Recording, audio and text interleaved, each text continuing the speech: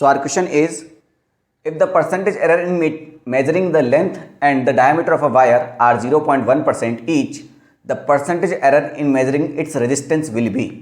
तो सीधी सी बात है भैया, रेजिस्टेंस का फॉर्मूला क्या होता है, R is equal to rho L by A, यही होता है।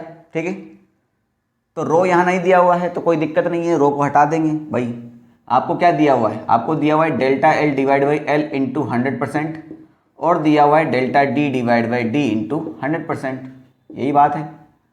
अब यह डायमीटर कहाँ है भैया, ये है आपका एरिया, इसी में डायमीटर है, क्योंकि अगर वायर का एरिया दिया हुआ है तो ये आपको क्रॉस सेक्शन एरिया दिया हुआ है, यानी ये सर्कुलर है और सर्कल का एरिया क्या होता है, पाई आर स्क्वायर। तो ये हो जाएगा rho L divide by pi. अब हमें रेडियस नहीं दिया, हमें डायमीटर दिया है, तो रेडियस की जगह अगर हम डायरेक्ट लिखेंगे तो ये डी बाई टू लिख सकते हैं उसको, तो डी बाई टू का होल स्क्वायर, यानी ये हो जाएगा आपका rho L divide by pi D square divide by 4 को ऊपर ले जाएंगे। अब मुझे इसका एरर एनालिसिस करना है, तो ये इसको delta r divide by r लिखूंगा, तो 4 रो और पाई, 4 और पाई तो कांस्टेंट है, इसको भी नहीं लिखेंगे, इसको भी नहीं लिखेंगे, रो नहीं दिया हुआ है तो इसको भी नहीं लिखेंगे, कांस्टेंट मान के हटा देंगे।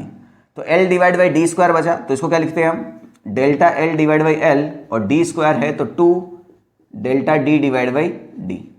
ठीक है, डिवाइड में है तो अपन प्लस लिखते हैं, मल्टीप्लाई में होता तो भी यही लिखते, कोई अलग बात इसमें नहीं है। दोनों तरफ इंटू 100% कर दो, तो इधर भी इंटू 100% कर देंगे। ये आ जाएगा आपका परसेंटेज एरर इन रेजिस्टेंस, जो कि हमसे पूछा है। अब delta L divide by L into 100%, ये दिया हुआ है आपका 0.1 plus 2 into delta T divide by D into 100%, ये भी दिया हुआ है आपको 0.1%। तो ये हो जाएगा 0.1 प्लस 0.2, तो ये आ जाएगा टोटल आपका 0.3%। यही आपका करेक्ट आंसर है। ठीक है।